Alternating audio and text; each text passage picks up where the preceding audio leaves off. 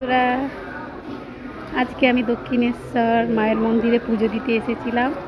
যাই হোক, ভিতরে তো মোবাইল নিষিদ্ধ করা আছে। যাই হোক, মন্দিরের ভেতরে আমি দেখাতে পারলাম না, বাইরে থেকে দেখাচ্ছি। এই যে মায়ের মন্দির, পুজো দিতে এসেছি আজকে।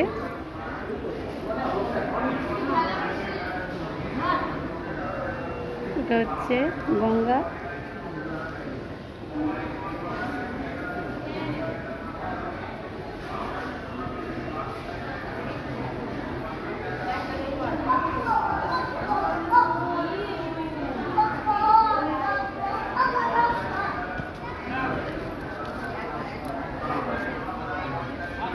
তোমরা সবাই খুব ভালো থেকো, সুস্থ থেকো। খুব সুন্দর জায়গা, তোমরাও এসো, খুব ভালো লাগবে মায়ের মন্দির।